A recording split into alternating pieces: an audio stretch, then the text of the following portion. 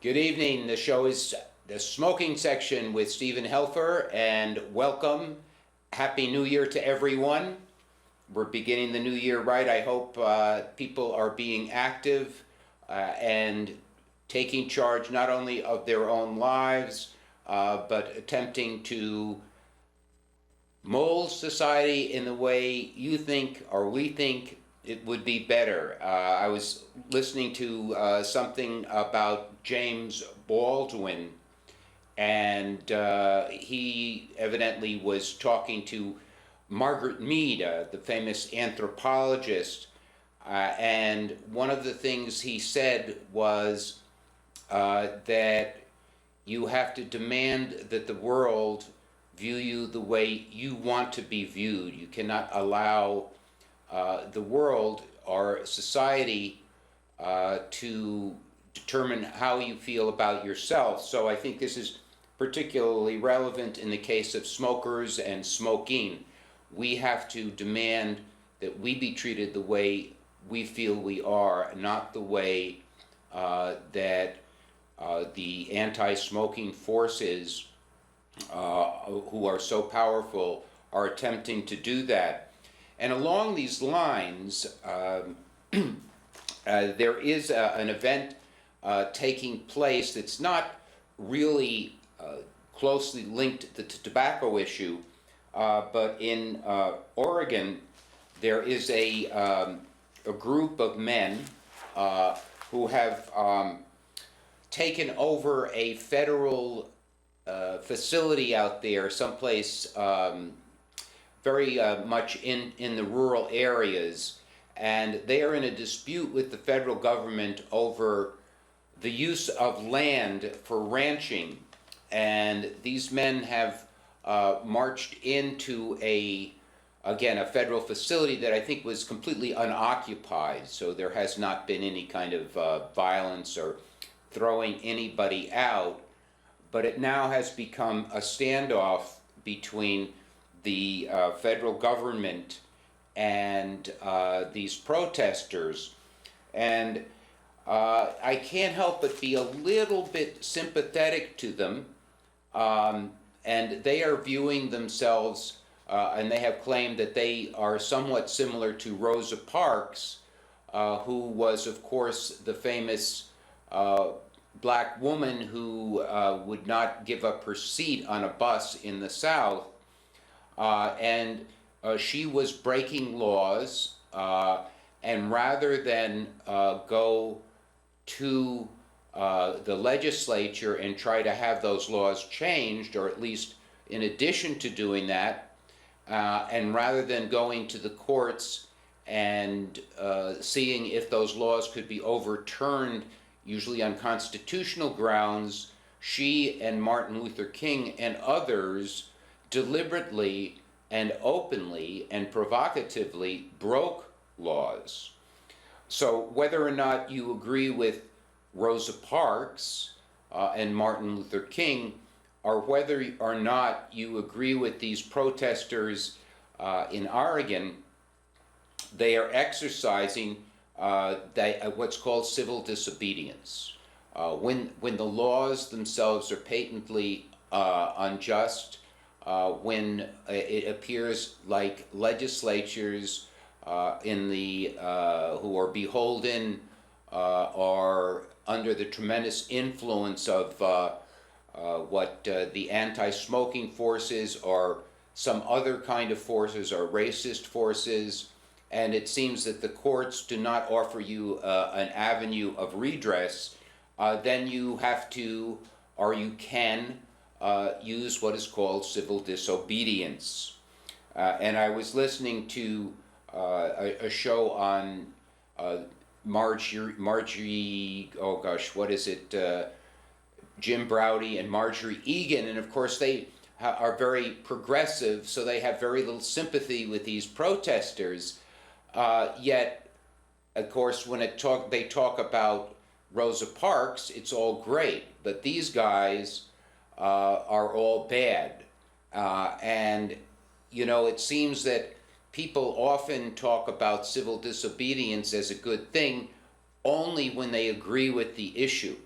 But when they disagree with the issue, then the civil rights or the civil disobedience protesters are always, they should be squashed.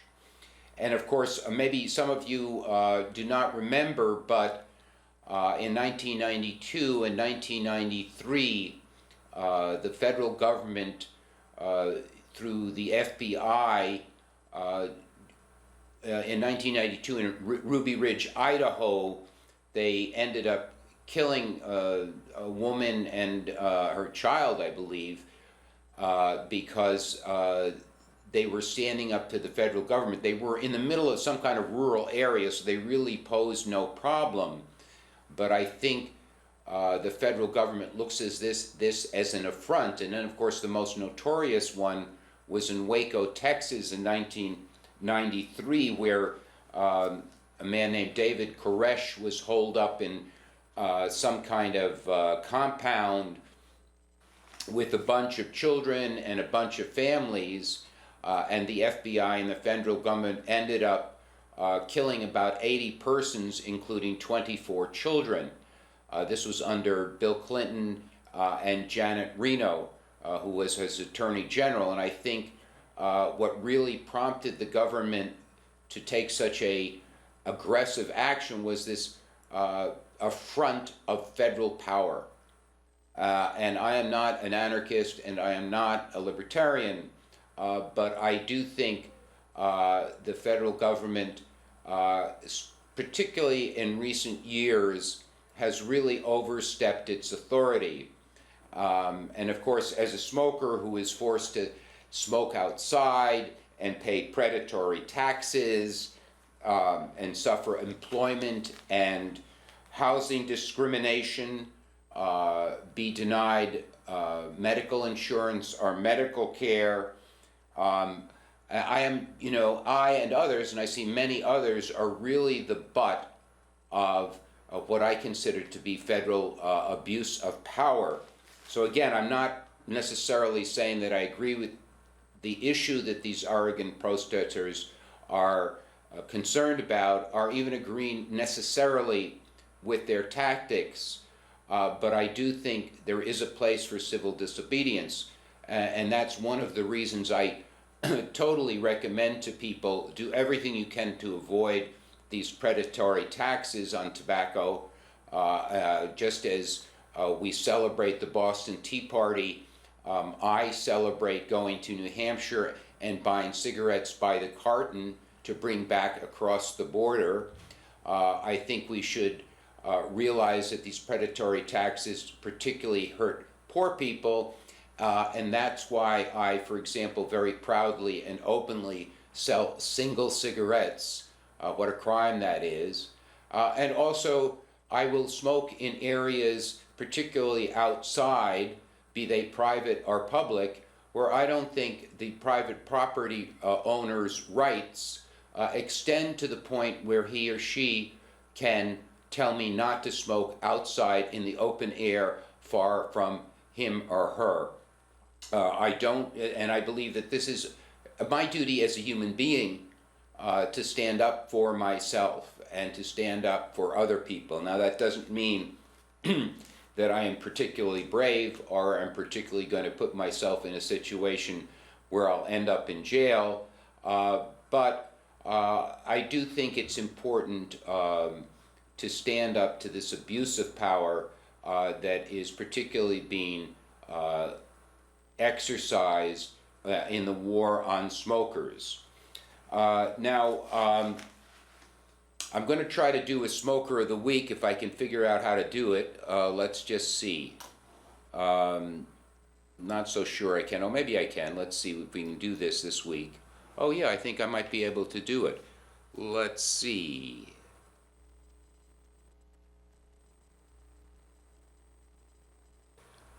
Okay, give me just a second.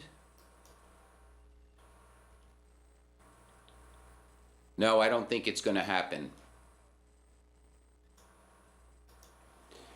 Not this week, but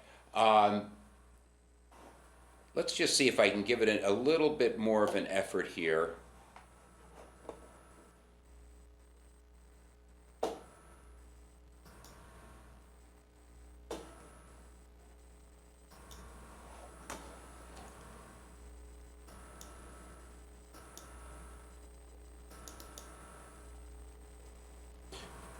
Well, I was going to be talking about, well, here we go. Let's see if we can get that. Well, you can only see a little bit of the screen, but I hope you like it, because this man is named Avo Evuzian, and at one time he was a pipe smoker, but in about 1982, he switched to cigars, and he's been smoking them for about 30 years. And at the time that he became a cigar lover, he went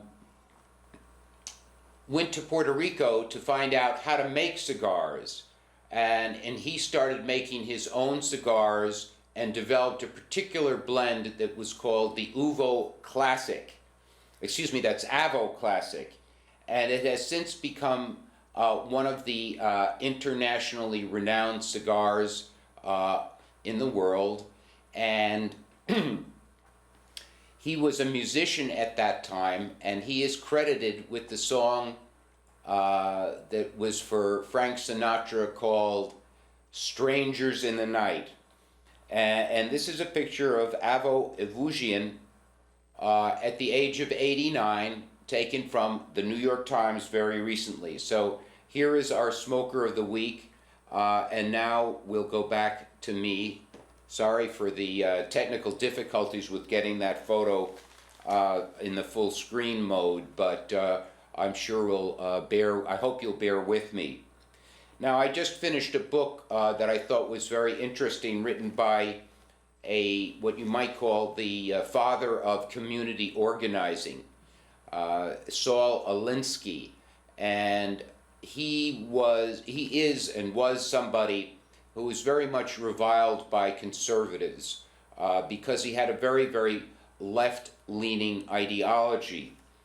But aside from that, he wrote a very interesting book called Rules for Radicals, where he talks a lot about how to mobilize forces. So, for example, we have a lot of smokers in this country, yet it is very difficult. The challenge is to get these people to stand up for themselves, to get them to go to public hearings, to get them to email their state representatives, their elected officials, and the like. It's usually pretty easy to get people to sign petitions, but that is really not enough. But one of the tricks that are methods that Saul Alinsky recommends is if you really don't have the number of activists in your group that you would want, do everything in your power to convince your opponents that you do have these numbers. And one of the ways I think that Cambridge Citizens for Smokers' Rights has been reasonably successful in this regard, in addition to getting a fair number of persons to turn up at city council hearings, a fair number of persons to email the city council, and of course a lot of people to sign petitions, is getting out there even if our numbers are not great. So a few weeks ago in Boston, when the Public Health Commission was voting on raising the age of purchasing tobacco to 21, among other things, other new restrictions, we were there present at the meeting even though we did not have a chance to make public comment. The public comment had occurred a few weeks prior to that, where we had many people. But at this particular hearing, Cambridge Citizens for Smokers' Rights was there, and we were right there in the hearing room, each of us having signs saying, "What's next?" or "We thought this was a free country," or "Tobacco control is out of control." In addition to that, because of all the emails that we got people to send under our name, the commission and other people there were able to see that Cambridge Citizens for Smokers' Rights is an active organization that has no financial interests in tobacco. At the previous hearing, where there was public comment, the majority of people who spoke were retailers and people who had a financial interest. And of course, their interests are very important, but it's not the same as people who are speaking up for human rights, which we do, and we did. And in addition to that, we were interviewed on television, and that helps people know about Cambridge Citizens for Smokers' Rights. And at this meeting, which I think was very important to be there, even though we didn't have public comment, our presence was extremely noted. And what was very, very gratifying is that after the vote, which unfortunately we did not prevail, but we at least got people there, the powers that be, to know that we are watching them and that we are willing to inconvenience ourselves to attend these kinds of things. Several employees of the Boston Public Health Commission, not people on the commission, but office workers, and even the man who was the guard, they had a kind of, like I guess you'd call it like a campus cop, something like that, who was there, came up and congratulated us, because I think there are a lot of people, not just smokers, not just libertarians, who definitely believe that the anti-smoking movement is a bullying movement, and is a movement that is really, really denying people of their rights. And for example, right now we just heard that in Somerville they have done exactly what they did in Cambridge, except I think they've gone even further and raised the age to 21, made it illegal to smoke in old age homes, so that if you're in an old age home and you're a smoker, you're really stuck. You can't go outside, and I mean, you have to go outside to smoke, which of course is really very unfortunate.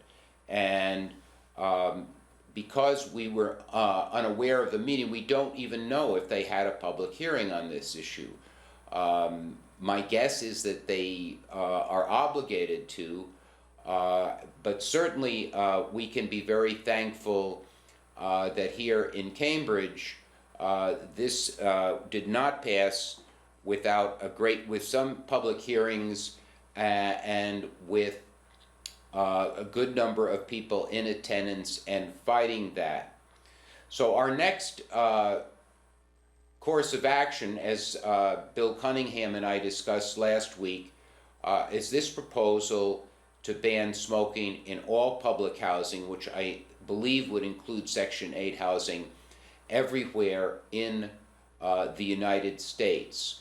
And there was this hearing at Harvard University which was run by a man named Howard Koh, who, as I explained last week, I was at a meeting with him where he said he had wanted the words "You are the scum of the earth" to be printed on all cigarette packages in Massachusetts. That was when he was the director of the Massachusetts Department of Public Health.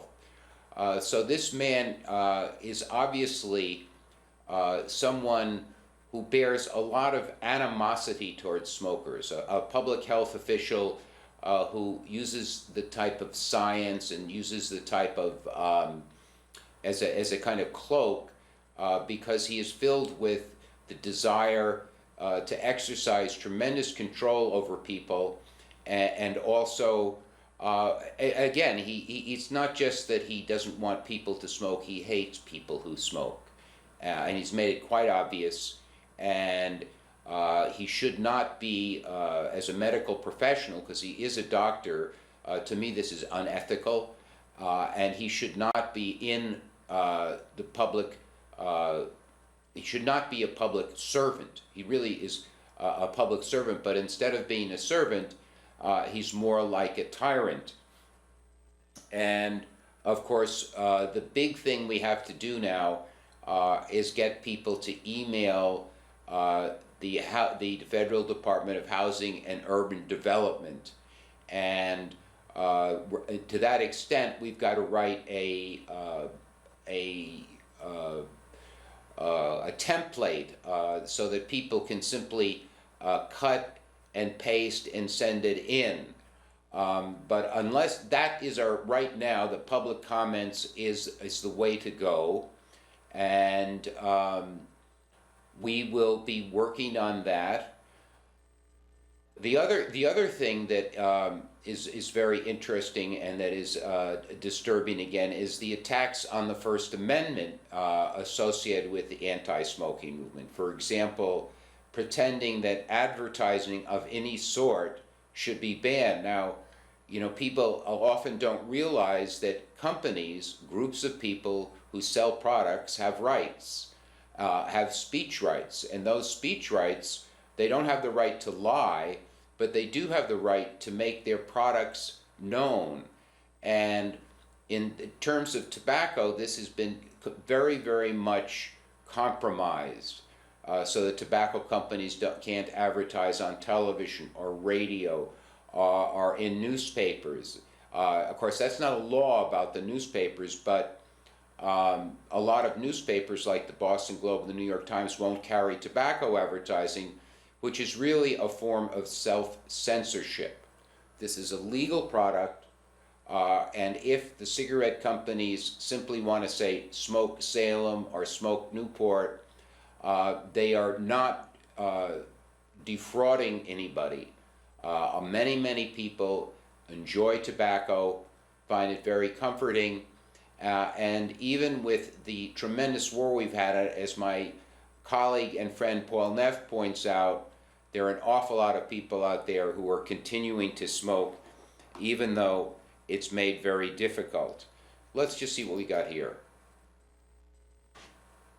In terms of our, well, thank you for watching the smoking section. I'm sorry I've had technical difficulties, but that's just the nature of the beast. Please tune in next Wednesday, 7 p.m. Steve Helfer, the smoking section. Again, thank you.